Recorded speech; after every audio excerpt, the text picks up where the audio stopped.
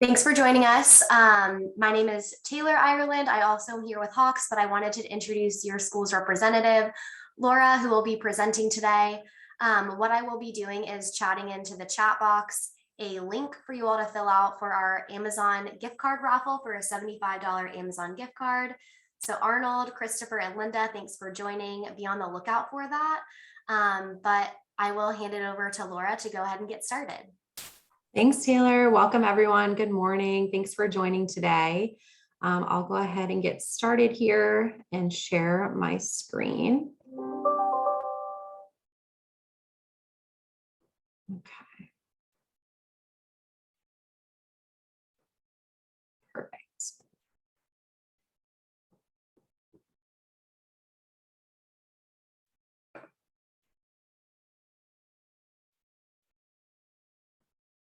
Oops, 1 second.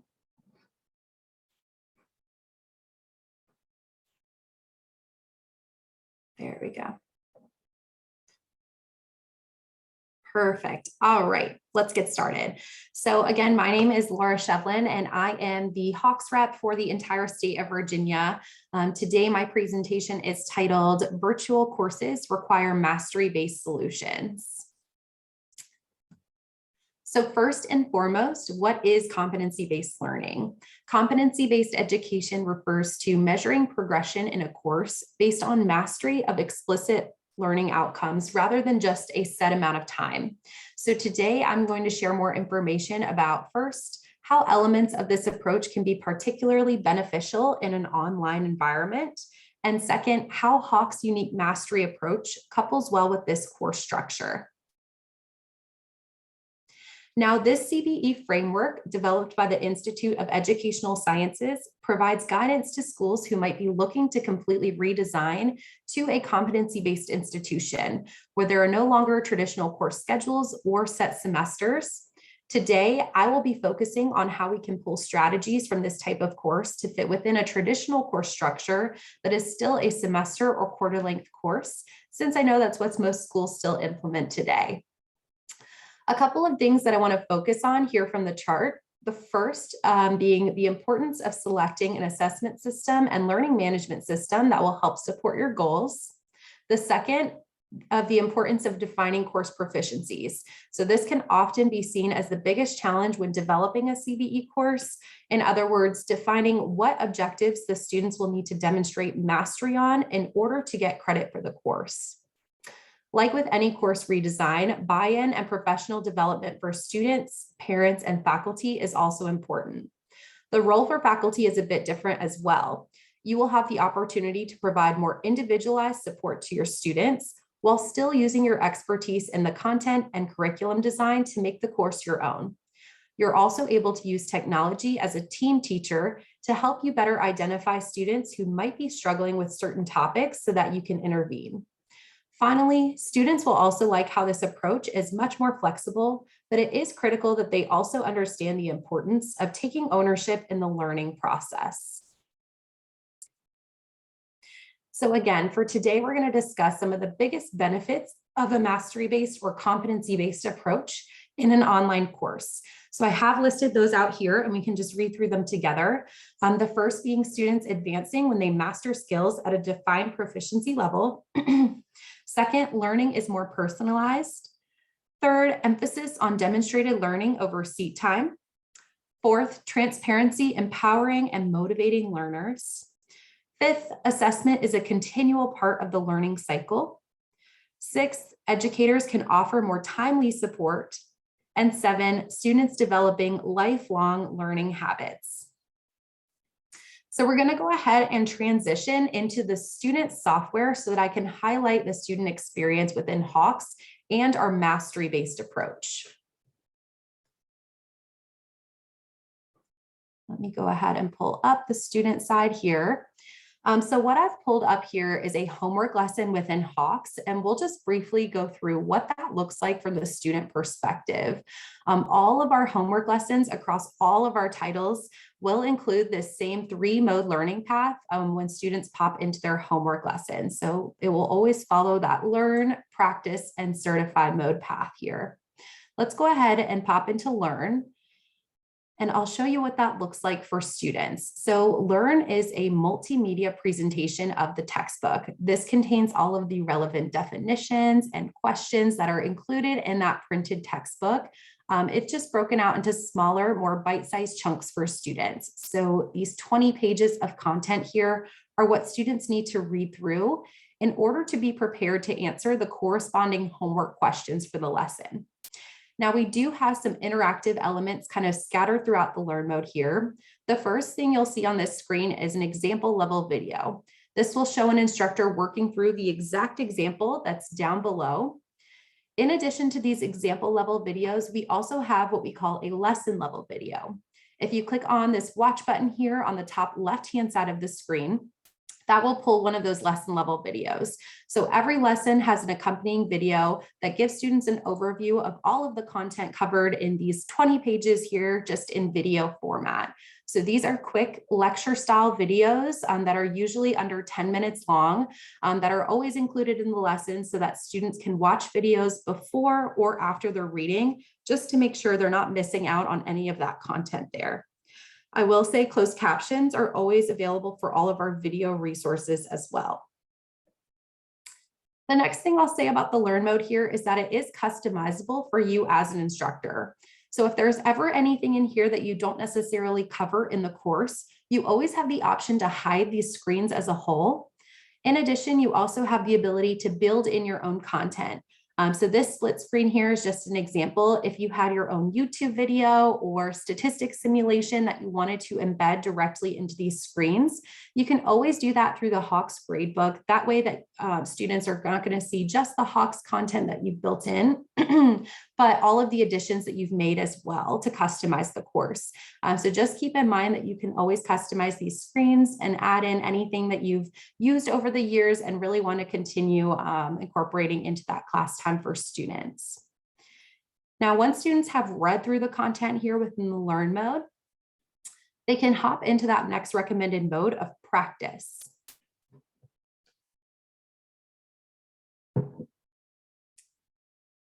Sorry, my internet seems to be running a little bit slow today. All right, so practice is exactly what it sounds like for students. It's a penalty-free environment that they can jump in and start answering practice questions before going straight to the graded portion of the lesson. Now, we are giving students these algorithmically generated questions here to work through within the practice mode, as well as access to these learning aids down here at the bottom of the screen. So we can walk through each of those really quickly just to show you what that looks like from the student perspective. The first here is this tutor button. So if a student got to a question and just had no idea where to begin, they can always access tutor, which is going to pull the question that they're struggling on and break it out step by step, kind of holding their hand through the solution process. It'll give them that step-by-step guidance here. They can answer each step on their own or display that step answer and move on to the next. Now, if something is truly not clicking from this tutor screen here, maybe they didn't read as well as they should have when they first went into Learn, they can toggle back to that Learn mode where that content is covered in the Learn screens, or click on Solution to see a fully worked out solution and that correct answer displayed. So keep in mind, they do have that unlimited solutions manual here for all of the versions of these practice questions if they need to go in and check their work. This tutor button is especially helpful if students are working on Hawks outside of normal class hours for homework, and they can't necessarily raise their hand and ask you, where do I get started on answering this particular question? Heading back to practice, students can also skip over questions or click on Try Similar when they want new versions of similar question types. I'm going to go ahead and pop an answer in here because I do want to show you the level of feedback that students get when they're answering questions within the practice mode. And try not to cringe at that answer I just put in there, but I did want to make a relatively common or simple mistake here just to show you what happens in the practice mode when students get a question incorrect. So right away, it'll flag my answer as incorrect, but as a student, I can always click on this Explain Error button here, which will pull the exact question that I was just struggling with and not only tell me that my answer was wrong, but why my answer was wrong. Our system has artificial intelligence that anticipates and diagnoses common student errors that are made here in the platform in an effort to stop students in their tracks right away when they do make a mistake and let them know exactly where they've gone wrong. So of course, here you can see that my answer that I submitted, 8/88, is incorrect. However, it looks like I found the correct numerator. It appears that I added the denominators, and it tells me to recall that when adding two fractions with common denominators, to only add the numerators. In real time, as I get that feedback, I can go back to practice, click try similar, and continue working on a similar question type. We always say that explain error is the level of feedback that you would hope to give your students if you were able to sit down with each one of them as they were working through these practice questions within Hawks. Now, of course, practice is just practice. When students are feeling ready and confident to enter that final mode of certify, they can exit at any time and pop into the actual homework portion of the lesson. So certify is the credit-bearing portion of the 3 learning modes. So this is what students are actually completing for a grade within the course. Now, a couple of things I want to note about certify here. The first is that the question types are very similar to what students just worked through in practice. They are all algorithmically generated, so students are getting new versions when they do get to certify. However, if they did spend any time up front within the practice mode, it certainly wasn't wasted. It'll ultimately better prepare them for the questions that are coming their way when they do get to that certify mode to answer the homework questions. Now, one of the biggest differences between practice and certify is that we have removed those learning aids down here at the bottom of the screen. Students can no longer access that tutor, skip, or try similar button. Ultimately, we just want to hold students accountable while they're in here and completing their homework to be able to stand on their own and answer these questions based on their competency of these topics. Over the years, we've heard so much feedback from other instructors using other systems out there that do allow students to have access to the learning aids within the homework portion. And oftentimes students become overly reliant on those learning aids. You know, they're scoring 100% on homework, and come test time, those scores simply aren't translating. So we do want to remove those up front to really test students and see how well they know this content. And if they don't, it's okay. We just want to make them aware of it up front on the areas that they need to continue to work on before the higher stakes assignments in the course, like tests and quizzes. Now with Hawks, we do use a mastery-based approach for our homework lessons. So what that means is we're asking students to reach a mastery level of these lessons at around 80% in order to achieve credit on their homework.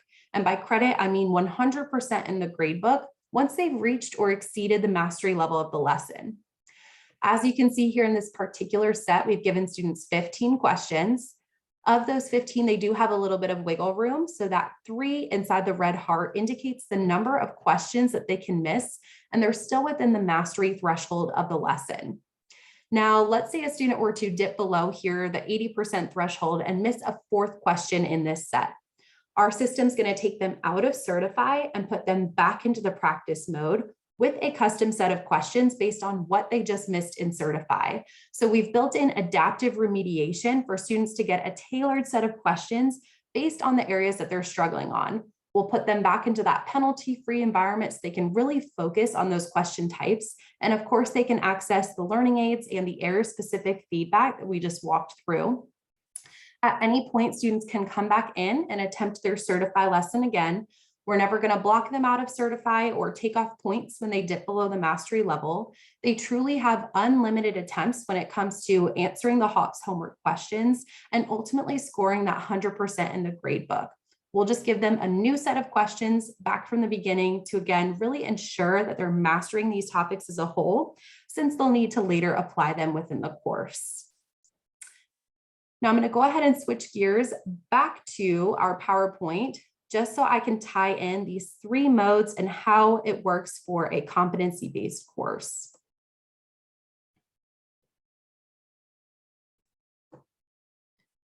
All right, let me just get this pulled up.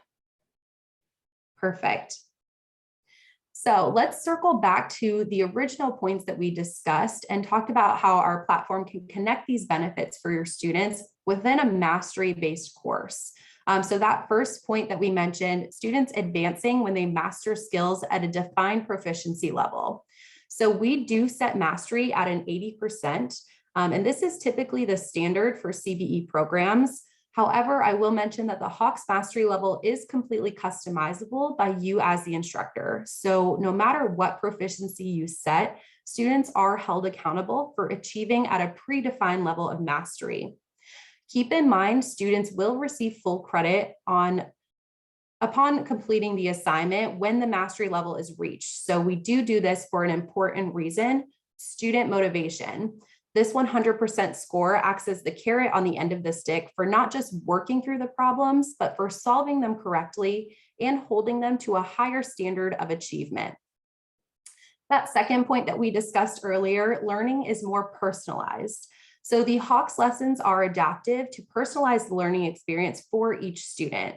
So if students are unsuccessful in reaching the mastery level, they are placed back into that practice mode where they can use our intelligent tutoring or error-specific feedback to remediate those individual skill gaps. By addressing these deficits in real time, this will make the learning process much more personalized and efficient for students. We know that each student brings a unique level of prior knowledge of the content and will learn at different speeds. So some students may need to review, reread the learn mode, watch the instructional videos again, or utilize more of the tutorials. This approach allows students to take advantage of those resources, even if they are initially unsuccessful, and try again. Number 3 here, emphasis on demonstrated learning over seat time. So this doesn't necessarily mean a self-paced schedule, but the idea of providing each student with unlimited opportunities to learn and reach the same level of achievement as their peers, regardless if it takes them a little bit more time to get there. As the instructor, you can have fixed timing and due dates for assignments, but a mastery-based approach gives students more flexibility and opportunities to prove proficiency on those topics up until that due date. Number 4, transparency empowers and motivates learners. One of the reasons our mastery approach is so motivating for students is that they know every single time they sit down to work on a lesson, they do have the chance to pass and unlimited opportunities to do so. I am sure you see semester after semester students coming into your math courses with the perception that they're simply just bad at math. Students do appreciate knowing that they have an opportunity to achieve even without penalty, even if they aren't initially successful. Their anxiety is automatically reduced when penalty for initial failure is completely taken off the table. Furthermore, students learn to persist when they can see their progress towards achieving mastery goals while receiving full credit for assignment completion. Number 5 here, assessment is a continual part of the learning cycle. So speaking of tests, assessment shouldn't be a final judgment at a time when a student has no hope of changing the outcome. If the first time students are figuring out what they don't know on an assignment is on a high stakes test, it can oftentimes feel too late for students. This can come into play with other online systems as well. Students can sometimes have an inflated sense of understanding because they are using those learning aids within the homework portion as a crutch. We want students to know where they stand and have the opportunities to correct their mistakes before they get to the higher stakes assignments like tests and quizzes in the course. Incremental progress with these assignments supports students towards achieving cumulative understanding within your course. Next, educators can offer more timely support. So this is where you come in as an instructor. How can you utilize technology as that team teacher to help you? The ongoing review of where students stand in relation to their goals for learning provides a more realistic picture to both students and educators. The reports that Hawks offers faculty can give you the better understanding of where your students are struggling in real time so that you can more efficiently pinpoint the student who might be at risk of falling behind or the specific question type that most of the students in your class are currently struggling with. This understanding allows educators to provide faster support on any part of the required material where students might be struggling. The screenshot included here is an example of a report that you can run within the Hawks system to filter out student progress based on grades or activity level within Hawks. As an instructor, reports like these will help you to identify the warning signs of students who might be struggling. That way you can intervene before it's too late. We also have diagnostic testing that allows students to test out of having to complete lessons based on a proficiency level that you've set. And I'll talk more about that diagnostic testing in my upcoming presentation after this one. Lastly here, students developing lifelong learning habits. So the final thing that I want to reiterate today is students developing these lifelong learning habits. This screenshot is the message that students receive once they hit the mastery level of a lesson. For some students, this might be the first 100% that they've ever gotten in a math course. This will be that motivation to keep students working through these assignments. Mastering any skill takes persistence and translates to long-term achievement orientation. A mastery-based approach teaches students how to persevere, demonstrate that they can transfer their knowledge to new contexts, and apply these skills that they've learned to subsequent math courses. Thank you.